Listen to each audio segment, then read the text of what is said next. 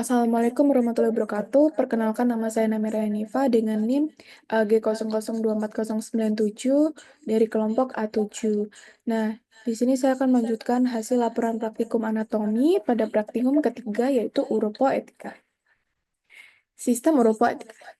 Oke, nah kita langsung ke soalnya aja. Nah, di soalnya ini ada jelaskan anatomi dari ren beserta vaskularisasi dan inervasinya.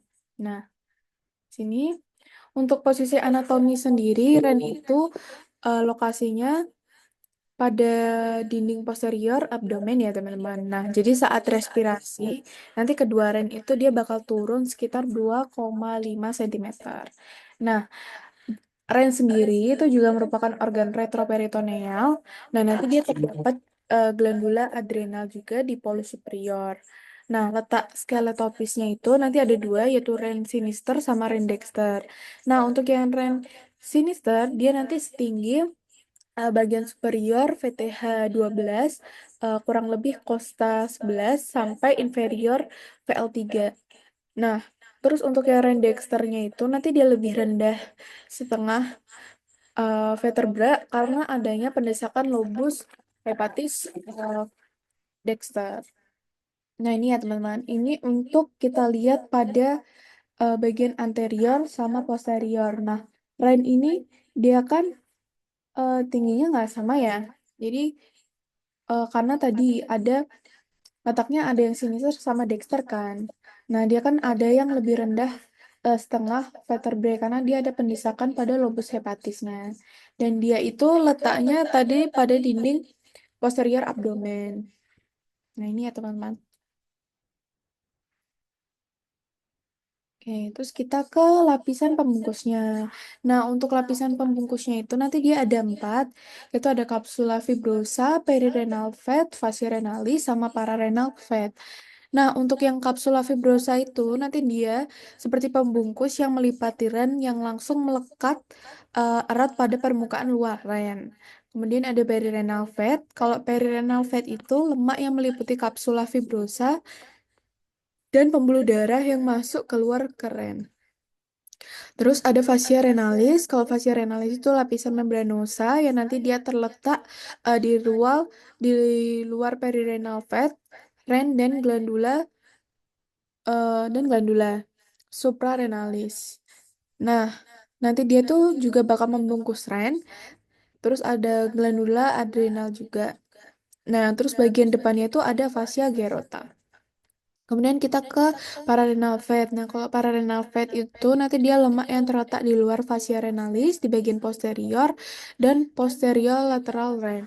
Nah, jadi untuk gambar anatominya nih ya, teman-teman. Jadi kalau untuk kapsula fibrosa tadi, dia tuh kan eh, yang eh, dia pembungkus gitu kan. Dia pembungkus ren pokoknya. Dia tuh yang paling melekat. Jadi nih, yang ini itu kan dia melekat banget sama ren yang warnanya biru ini kan yang gimana ya nih ini kan dia paling deket sama si rennya ini jadi itu namanya kapsula fibrosa kalau baru di luarnya di bagian belakangnya lagi yang ini yang oranye ini itu baru namanya fascia renalis karena dia tuh nanti juga bakal menutupi si ren terus glandula-glandula lain terus kalau untuk lemak pararenal fat itu yang ini. Terus itu perirenal dan ini pararenal. Jadi kalau perirenal tadi kan pokoknya dia yang buat masuk keluar ke rennya itu. Jadi kayak ada celah. Nah ini tuh nanti perirenal fat. Terus nanti ada juga nih ada peritoneum tuh di sini. Oke. Next, kita ke fiksatornya. Nah, fiksatornya itu uh, nanti dia kayak menyokong dan menfiksasi ren agar tetap pada tempatnya. Nah, itu ada fascia renalis, terus arteri vena renalis, sama corpus adiposum. Nah, corpus adiposum itu nanti dia meliputi pararenal dan perirenal fat. Nih ya, kalau fascia renalis tadi sama aja ya, teman-teman. Nah, ini fascia renalis untuk lebih jelasnya. Jadi dia tuh yang paling luar, yang meliputi ini. yang meliputi si Ren. Jadi yang bagian ini tuh, yang ini tuh dia fascia renalis. Kan Rennya dia ada di dalam ini. Itu. Next, kita ke topografinya. Nah, untuk topografinya nanti kan ada ren dextra sama ren sinistra. Nih, ada ren dextra sama ren sinistra. Nah, untuk yang fasies anterior dan dextra sendiri, nanti kan dia berhubungan dengan beberapa struktur. Nah, di antaranya nanti dia bakal terpisah dari ren oleh suatu lapisan peritoneum dan beberapa lainnya yang berkontak langsung dengan ren. Nah, nanti ada polus superior sama polus inferior. Nah, untuk polus superior itu nanti gland suprarenalis, terus yang inferior itu nanti di sisi lateralnya bakal berhadapan dengan flexura coli dextra. Terus di sisi medialnya nanti ada intestinum tenue intraperitoneal. Nah, terus kita ke fascia anterior ren dextra. Nah, untuk ren dextra juga nanti dia bakal berhubungan dengan beberapa struktur kan. Nah, di antaranya tuh nanti dia bakal dipisahin dengan selapis peritoneum dan struktur lainnya yang langsung berkontak dengan ren. Nah, nanti sebagian kecil polus superior itu nanti di sisi medialnya tuh dia bakal tertutup oleh glandula suprarenalis kan. Terus kalau di sisi bagian polus superior nanti dia juga tertutup sama gaster intraperitoneal dan lien. Nah, terus kita bergeser ke inferior. Nanti ada pankreas.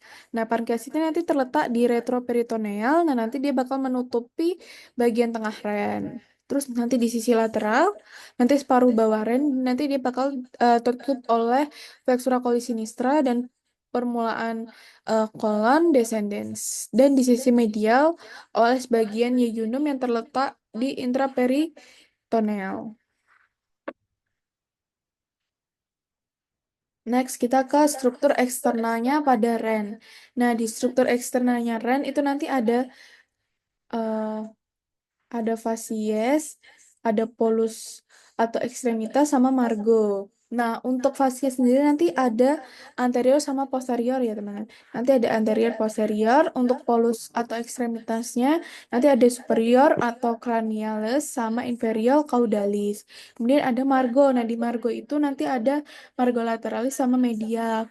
Nah, apa sih margo lateral? Margo lateral itu nanti dia bakal berbentuk konveks cembung. Kalau yang medial nanti dia bagiannya cekung. Nah, terus nanti dia ada hilus renalis. Nah, hilus renalis itu nanti dia berisi ada vena renalis, arteri renalis, sama pelvis renalis.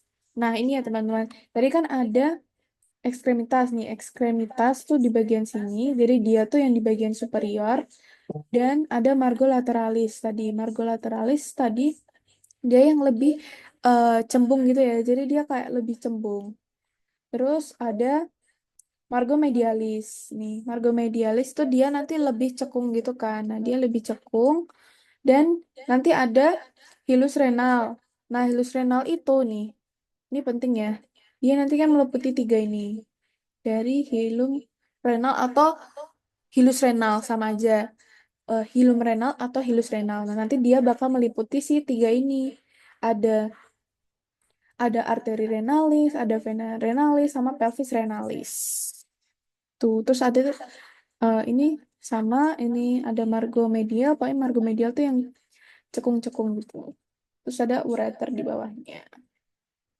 Oke, next kita ke struktur internalnya. Nah, di struktur internalnya itu nanti ada dua, yaitu ada korteks renalis sama medula renalis. Nah, di korteks renalis itu nanti dia ada dua, yaitu ada kolumna renalis bertini kolumna renalis bertini sama arcus corticalis. Nah, untuk kolumna renalis bertini itu nanti strukturnya pokoknya dia di antara piramid eh piramidis renalis. Jadi kurang lebih ini. Jadi nanti dia pokoknya di antara ini. Terus habis itu ada arcus corticalis. Nah, dia tuh kayak lengkungan yang menghubungkan antara kolom renalis. Terus kita ke medula. Jadi kalau untuk korteks tadi ada dua ya. Kalau untuk medula itu ada ada tujuh kalau nggak salah. Jadi yang pertama ada piramidis renalis, papilla renalis, foramina papillaria, terus ada calyx mayor, pelvis renalis, sama sinus renalis. Ya, betul, ada 7. Iya. Nah, jadi yang pertama kita bakal bahas piramidis renalis. Tadi ya, piramidis renalis itu dia tuh kayak masa bentuk konus.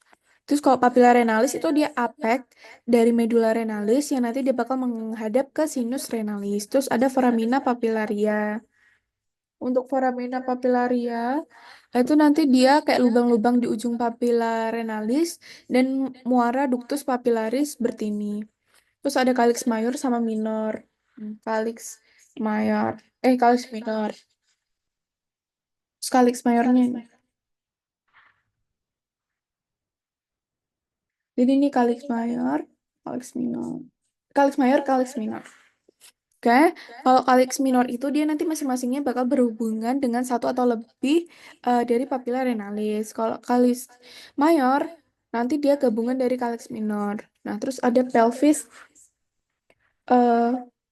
pelvis renalis. Nah, dia tuh gabungan dari calyx mayor yang akan menjadi ureter. Jadi dia di sini ya. Jadi dia kayak nanti bakal untuk masuk ke ureternya ini.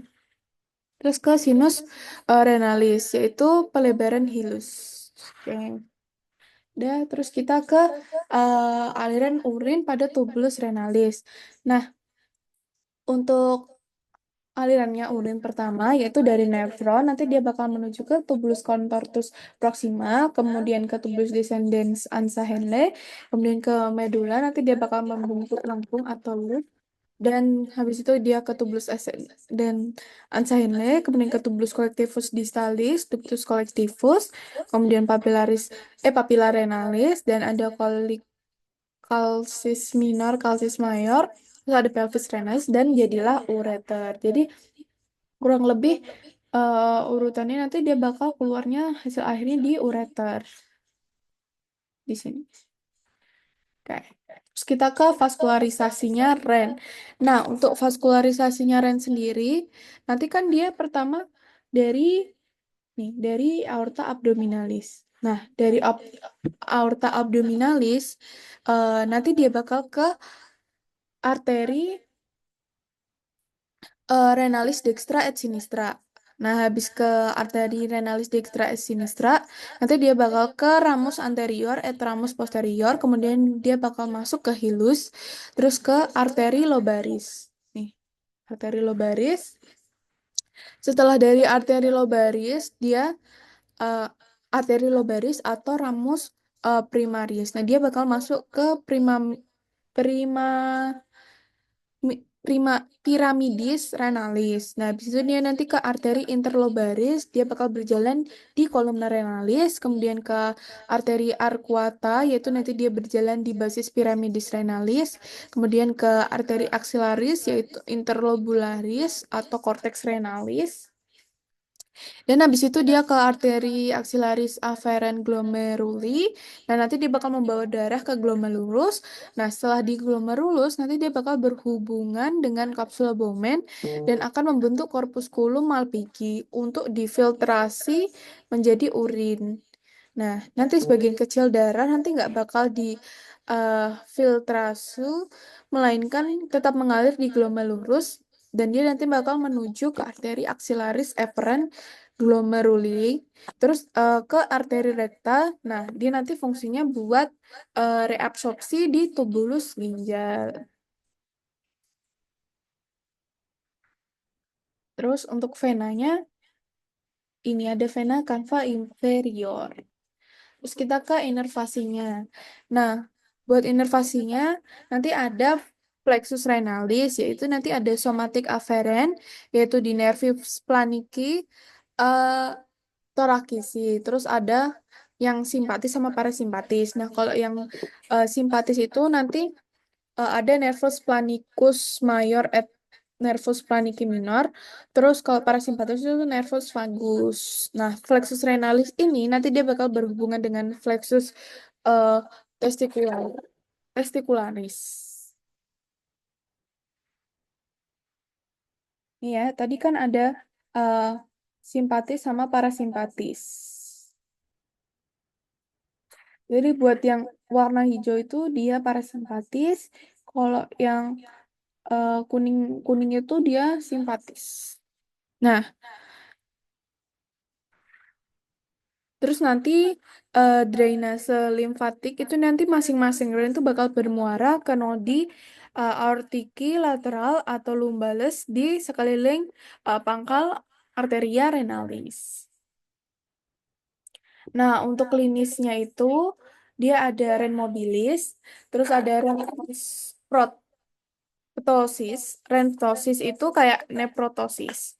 Terus ada hidronefrosis itu dia keadaan di mana rennya itu nggak bisa mengeluarkan urin sehingga terkumpul di dalam ren. Terus ada neprolithiasis yaitu kayak dia batu ginjal gitu. Dia mengalami batu ginjal terus ada nyeri pada ketok ginjal. Terus ada eh, neprektomi. Neprektomi itu pengangkatan sebagian jaringan ren. Terus ada nephritis, yaitu dia radang pada ginjal. Jadi terdiri dari glomerulonephritis, yaitu peradangan pada glomerulus, sama pyelonephritis, yaitu radang pada pielumnya. Nah, dia bakal mengakibatkan nyeri pada ketok ginjal. Terus habis itu ada horsogit yaitu fusi antara Rendexter x sinister pada polus inferior kongenital. Terus ada yang terakhir yaitu Ren-Roset atau fusi antara Rendexter x sinister pada polus superior yaitu kongenital. Oke, sekian dari penjelasan materi saya. Mohon maaf apabila ada salah dari penjelasan maupun pengucapan. Terima kasih. Wassalamualaikum warahmatullahi wabarakatuh.